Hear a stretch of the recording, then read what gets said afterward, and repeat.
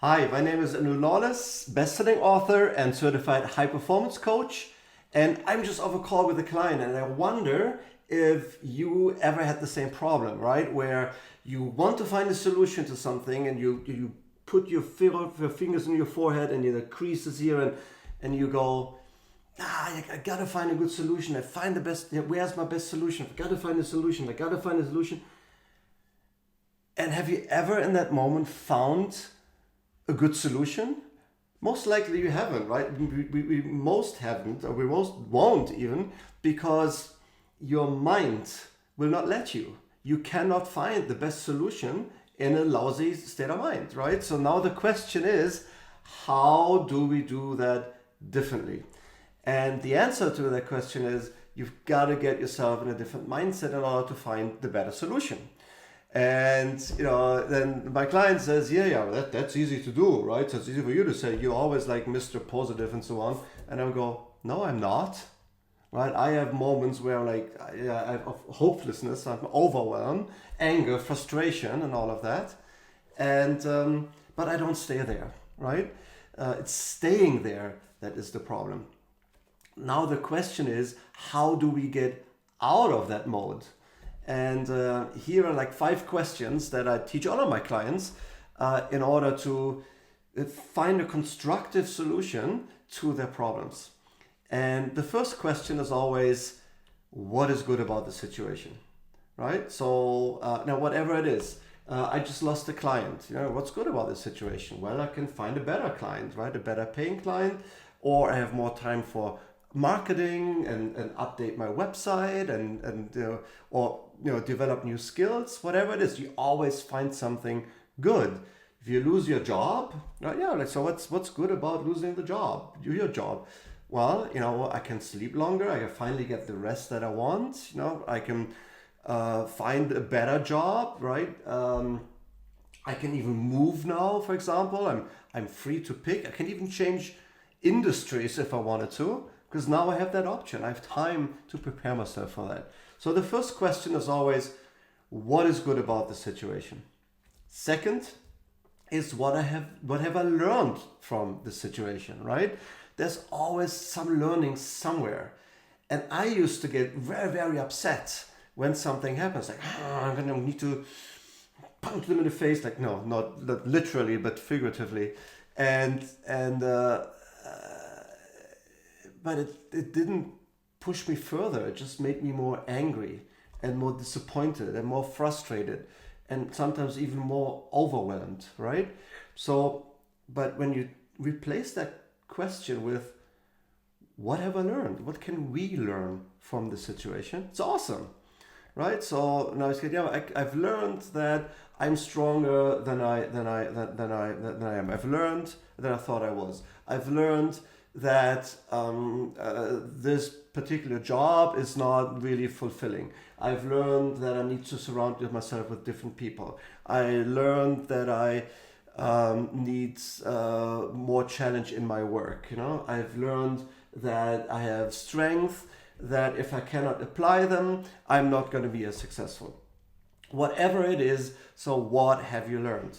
And these 2 first questions are really designed to rewire your brain for constructive solution finding, right? Because you look in different parts of your brain already. So think about it. 10,000 years ago, you and I would have been, let's say, somewhere in Africa, and if there was a lioness behind the bush, we would have not been able to outrun her or outfight her, right? So the moment she sees us, we're going to get eaten, right? So our ability to survive was certainly not because we were able to outrun or outfight the lioness.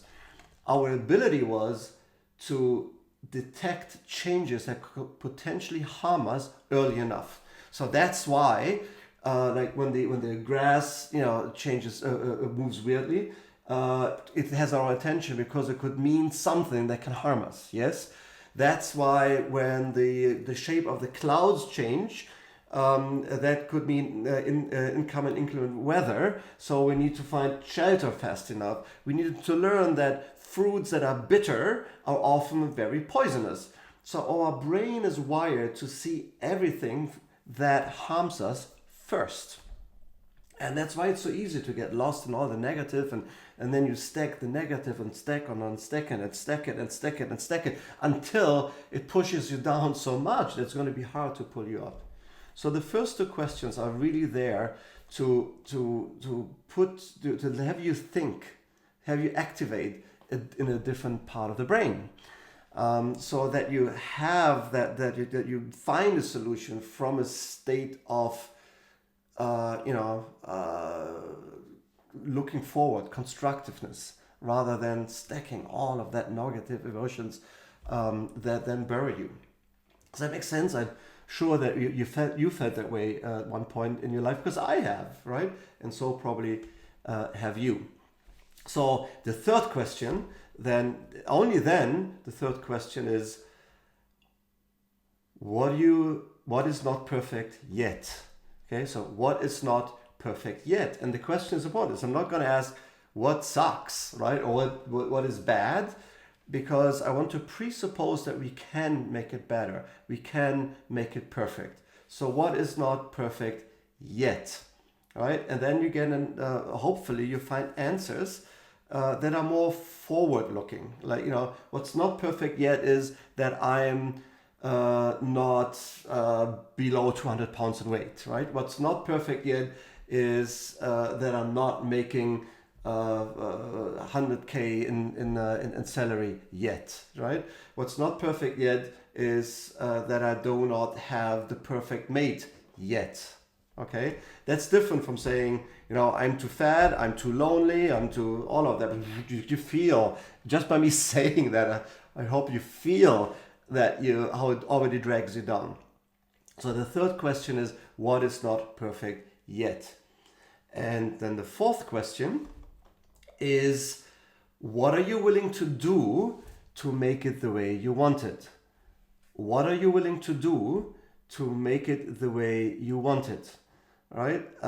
And so now we get into the constructive part of it, and it's very fun. It's brainstorming. So I could do this, I could do that. When it comes to finding a job, I can apply here. I can go to Indeed. I can go to LinkedIn. I can find decision makers and approach them right away and send them a letter. I can change my campaign. I can go to events and meet potential hiring managers and so on. So you have all of those ideas, right? And you write them down. And here's the secret. Up to this point, when I go through that with my clients, I am not too worried about the quality of the answers for any of those 4 questions, because they're really, really, really meant to put you in a frame of mind, so to push you forward, right? Forward thinking, finding solutions, being constructive, right? And as long as you stay there, I'm happy. One of my most difficult tasks during that is to keep the client there, right? Because sometimes I ask them, so for example, I would ask them the first question, what's good about the situation? And they give me one argument, and then they immediately go into, yes, but what sucks is, or what's not great is. And then I immediately need to stop them all the time. So yeah, I know there's things that you want to discuss that are not great, but let's for a moment stay with things that are good, right? And what you can learn from it. So the first 4 questions is really just to create this forward thinking dynamic and energy in a way that has been proven to be extremely effective. So the 5th question, that is where the rubber hits the road, right? The 5th question, that is where you get the truth, where you get to the bottom of the real challenge that either you're facing, or your client, or your friends, or your colleagues are facing, right? And the 5th question is, what are you willing to not do to make it happen?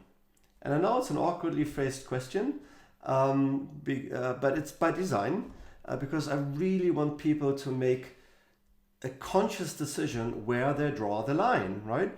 So, and very often the feedback is, I don't know, what do you mean? So, yeah, would you be able to kill to get a higher salary? And they go, of course not. Okay, so you're willing to not kill somebody in order to get a higher salary. Are you willing to work naked? So I'm going to extremes all the time because I want them to understand that we all have that red line that we're not crossing. Typically, the red line is much way before that, right? So it's about, I'll give you an example with one of my clients who's in sales and who's struggling for 10 years to sell, right? And so I asked him, so what are you willing to do? And of course, I get all the answers of marketing and email and LinkedIn and Facebook chatbot messaging and all of that. And going to conferences and exhibit and all of that. Okay, so then the question was, so what are you willing to not do? And the first answer that came out was, I will not cold call. So great, so that's why you're not selling, right? So I hate cold calling. I said, great, but that's why you're not selling. And then he gives me that entire spiel on, why cold calling sucks and nobody picks up the phone anymore and all of that. And now my question was, so you haven't cold called, right? So how has that served you? That usually makes them stop. Said, okay, maybe it's time now to try something else. And then I challenged them, of course, and said, if I sit down here with you for an hour, picking up the phone and call 100 people in an hour, or you send out 100 emails, let's see who gets more leads after an hour, right? So, but that's the answer. The truth is in that fifth question. What are you willing to not do to make it happen? And don't rephrase it. Don't say, what won't you do or what do you not like to do? It's not as strong. I want it to be a very strongly emotionally charged question and a decision. What are you not going to do?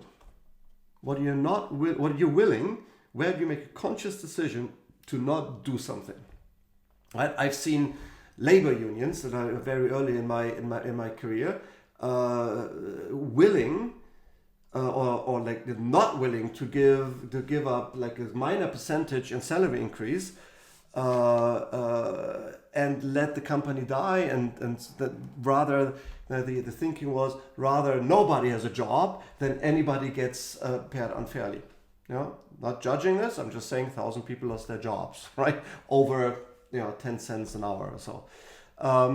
And that is something that you need to decide for yourself and with your value system. I'm not judging anybody there. All I'm saying is the answer, the truth. The answer to your question is here. By asking yourself or somebody else, what am I willing to not do to make it happen? So I hope this was helpful. The next time you have a problem and you get upset, ask yourself the 5 questions, right? The next time you're in a situation where you think, this is hopeless, I don't know how to get out, force yourself to ask the 5 questions. Maybe you find somebody, maybe go friends, like here are the 5 questions, I want you to ask them, and I want you to demand an answer for me, right? Here are a few things that you can do wrong. One is to not demand an answer, or not at least demand 3 answers per question. So when clients come and say, what have you learned? They typically come with one example. I want them to come with 3 because I want to stack the good thing, right? I don't want to stack the bad thing. And the mistake that a lot of people make is they come up with something positive and then negate that with something negative. For some reason that defies me, but that's what they do. Do not allow that. Yes. The second mistake that people make is that they skip questions, right? So they begin with, what's good about the situation, and then skip right over what am I willing to do to make it happen or make it the way I want it, right? No, you've got to go through the process because you have not stacked, all the creative forward-thinking elements and modules and thinking and pieces of information that you need in order to move forward. Yes, so don't skip it. Just even if you're there and you already have in your head what you're willing to do, it's more important that you get into the right mindset, right? And then still park that thought for a while or write it down, but then go to the next go to the next question. So I am challenging you today, either at work or at home, maybe with your significant others, with your children, with your best friends, with your co-workers, with your boss, right? With your clients even, to go through those 5 questions. With clients, here's how that works. Now, when somebody comes to me and says, Andrew, you didn't deliver for me, you're my coach, but I'm not performing yet, then I go, first of all, I calm them down, right?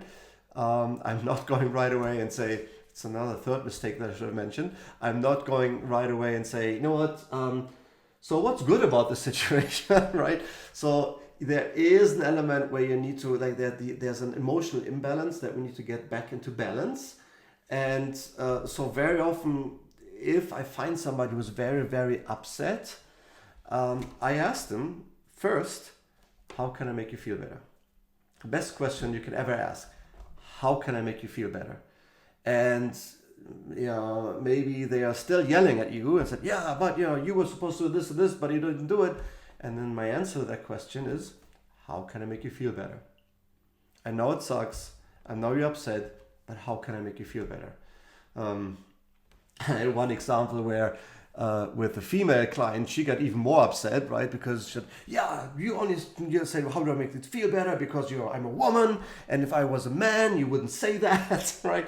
And I said, no, I would ask the same question. I thought that to myself.